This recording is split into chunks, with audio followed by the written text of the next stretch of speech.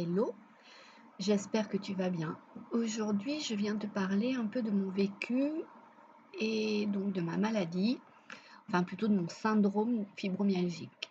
Voilà, je suis atteinte à peu près depuis 20 ans, certainement un peu plus, mais je j'ai pas su réellement distinguer en fait le point de départ, puisque quand j'étais plus jeune, j'avais déjà des douleurs, mais comme je faisais beaucoup de danse, on a mis ça sur l'activité importante, puis aussi sur la croissance, et cetera, en fait, voilà. Donc ça a été,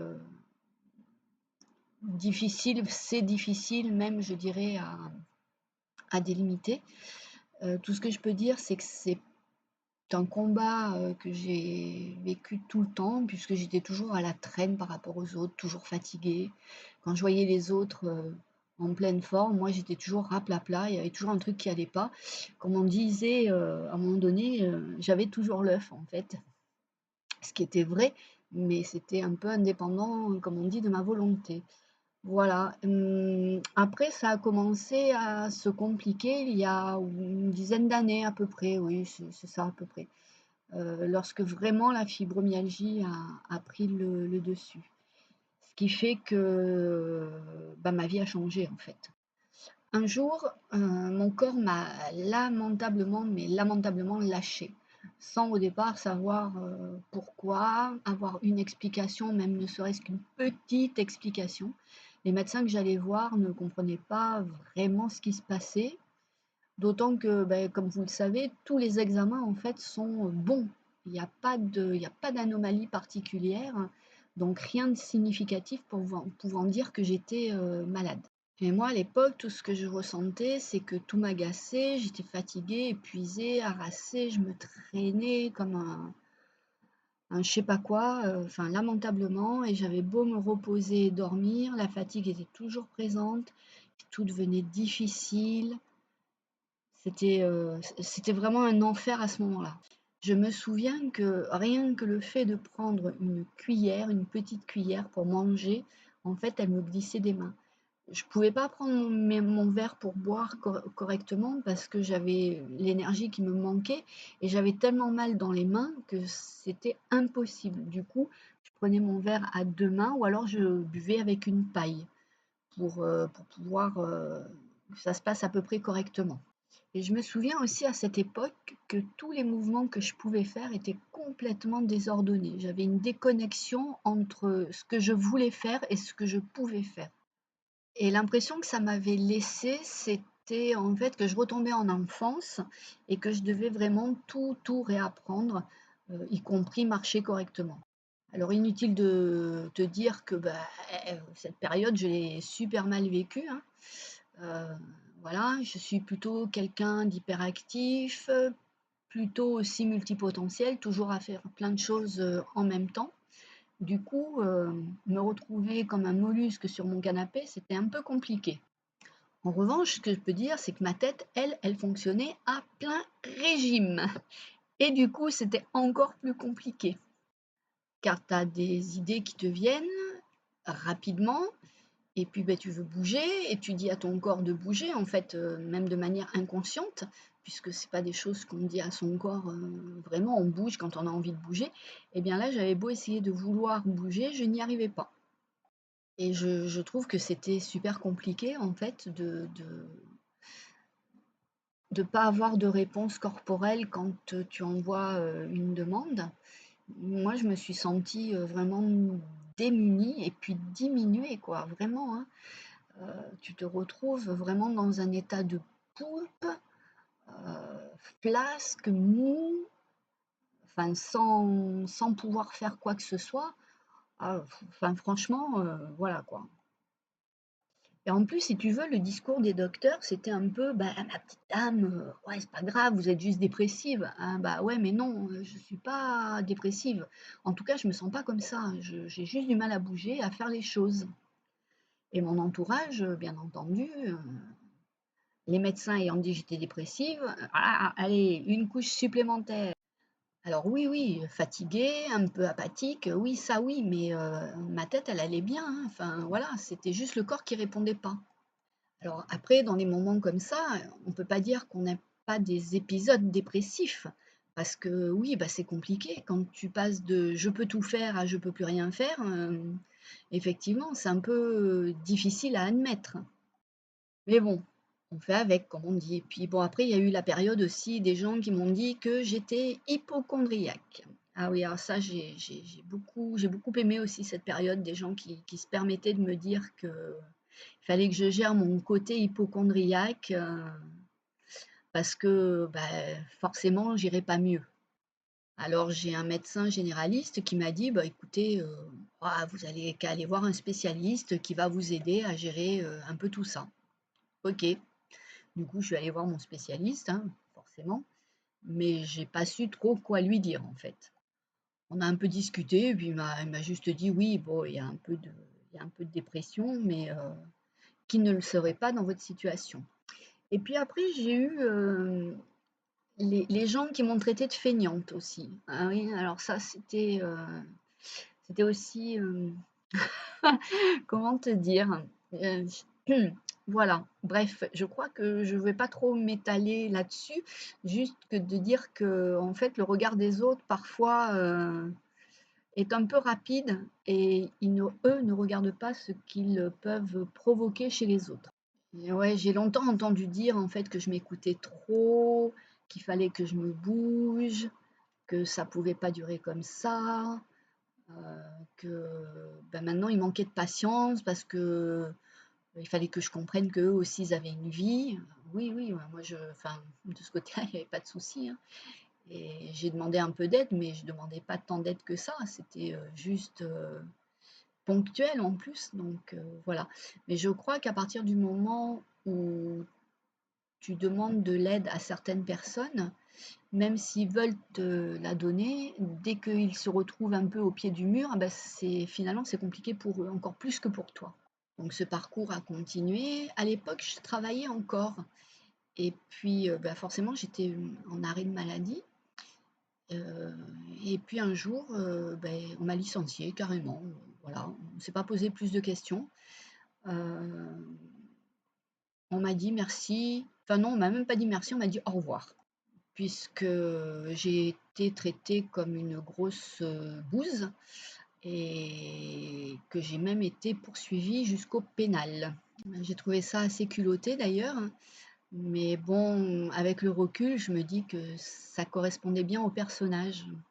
Là aussi, j'ai été accusée de sortir et on m'a dit: «Mais quelle douleur de rhumatisme peut vous empêcher de venir travailler madame?» Et là, tu as juste envie de répondre: «Bah, écoute, je te donne mes douleurs et puis, on en rediscute après». Parce que quand tu as mal partout H24, que la lumière te fait mal aux yeux, que tu as des maux de tête, surtout au début, en fait, parce qu'au début, on a vraiment tout qui nous arrive en même temps presque. Enfin, moi, c'est l'effet que ça m'a donné. Après, quand tu arrives à gérer ta maladie, tu n'as plus ce genre de choses. C'est beaucoup plus soft. Moi, maintenant, j'ai pu reprendre une vie correcte avec du lien social, je peux travailler si je veux, heu, autre que ce que je fais là actuellement en coaching, mais c'est ce qui me plaît, c'est là-dedans que je m'éclate, donc voilà, je préfère aider les gens qui ont une condition qui est la même que la mienne, plutôt que d'aller, aider un patron, à développer son entreprise pour avoir zéro reconnaissance, en fait. Voilà, ça ne m'intéresse plus du tout.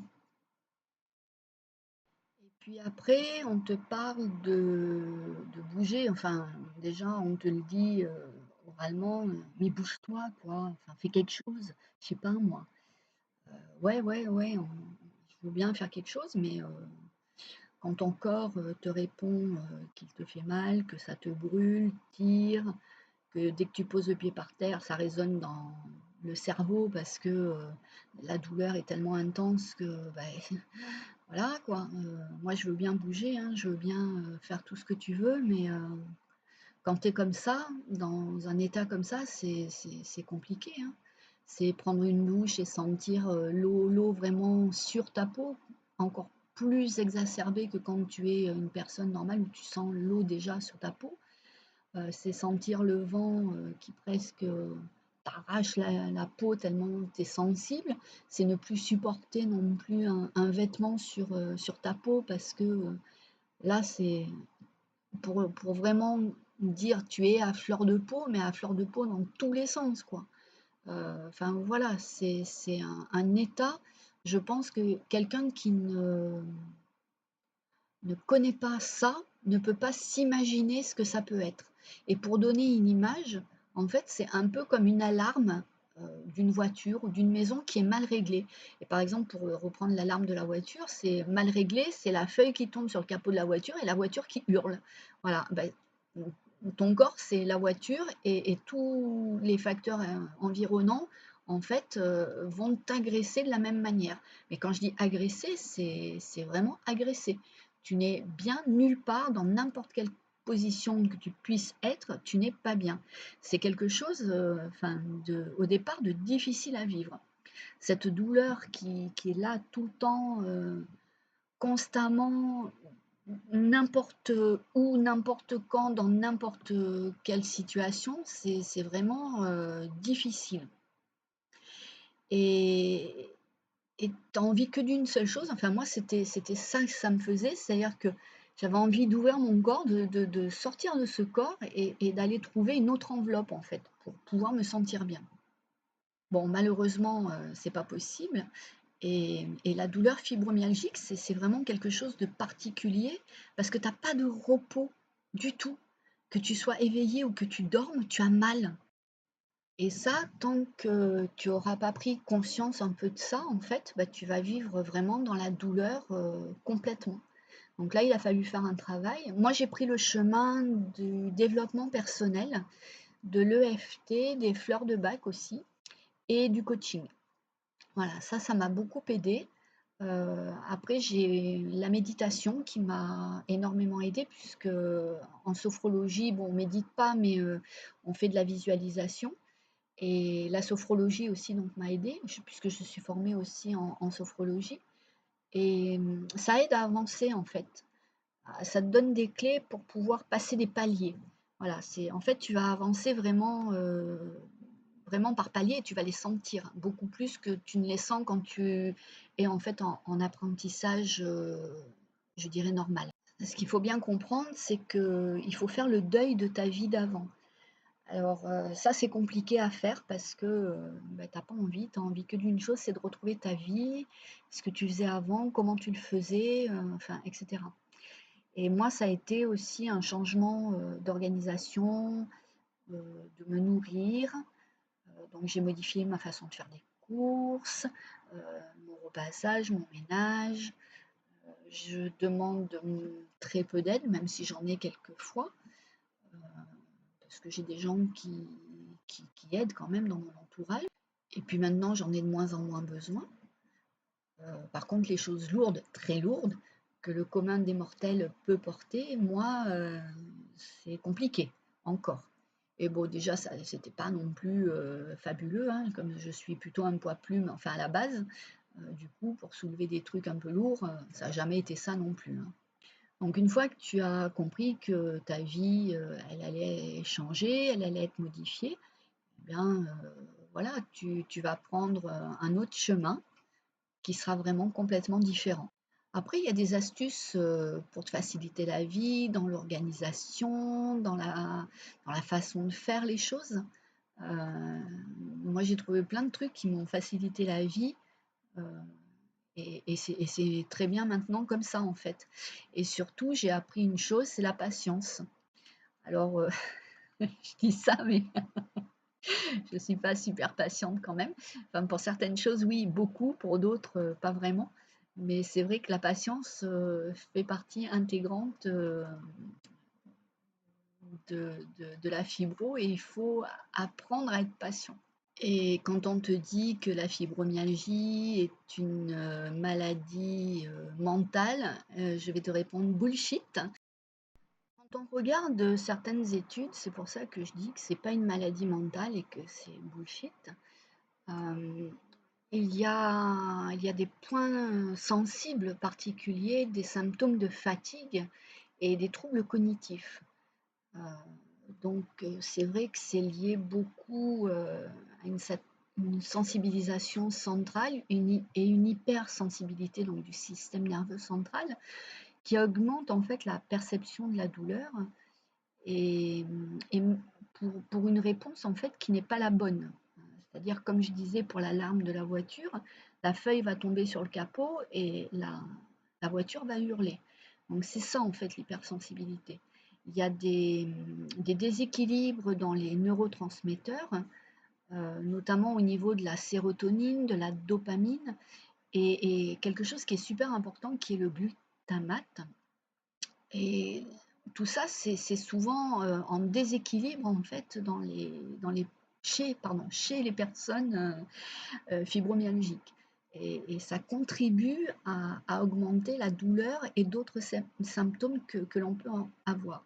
On a aussi une activité alors, cérébrale anormale. C'est peut-être pour ça qu'on dit que c'est une maladie mentale. Et ça a été démontré par l'imagerie cérébrale, donc les IRM, où on montre que certaines zones du cerveau en fait ne s'éclairent pas quand on passe l'IRM correctement par rapport à une personne dite normale. Voilà. Donc du coup, on ne réagit pas de la même manière. Et ensuite, donc, les facteurs psychologiques et cognitifs, puisque ça c'est plus ou moins lié, puisqu'on a des problèmes de mémoire et des problèmes de concentration qui sont souvent liés à un terrain qui est un terrain d'anxiété et de stress. Mais il y a une chose qui a été soulevée aussi il y a quelques années, c'est le côté génétique, avec des antécédents familiaux euh, qui peuvent augmenter ce risque de fibromyalgie. Et il y a des polymorphismes génétiques qui peuvent aussi influencer euh, cette particularité de stress et de douleur. Et puis, alors ça, il y a l'environnement en fait, c'est-à-dire que c'est les traumatismes que tu peux vivre en fait, qu'ils soient physiques ou émotionnels. Et ça, on le sait depuis un petit moment, à savoir que la fibromyalgie peut se déclencher quand tu as eu une grosse peur en fait, un gros traumatisme, et que du coup, ça vient en contrebalancer, entre guillemets, ta façon de vivre. Alors pour ça, en fait, les chercheurs sont encore un peu en point d'interrogation, comme je dis, parce qu'il y a plein de choses qu'ils n'arrivent pas à expliquer. Ça fait des progrès, bien entendu, et ça viendra un jour peut-être qu'on trouvera, mais pour le moment, ça reste un gros sac de nœuds qu'on n'arrive pas à dénouer. Voilà, je t'ai parlé un peu de ce que j'ai vécu. Bon, ça a été un peu long aussi, mais un équilibre dans ta vie de fibromyalgique, parce que c'est possible, ça je te le répète, c'est vraiment possible de pouvoir le trouver. Et par contre, ça ne vient pas tout de suite, hein, tu ne l'auras pas en quelque temps, il va falloir, comme on dit, un peu travailler. C'est un petit peu de travail tous les jours, un pas après l'autre. Et puis la mise en place d'un certain nombre de choses qui vont t'aider et qui vont te permettre en fait de retrouver une vie complètement correcte. Voilà, écoute, je te souhaite le meilleur et je te dis à plus tard. Ciao, ciao!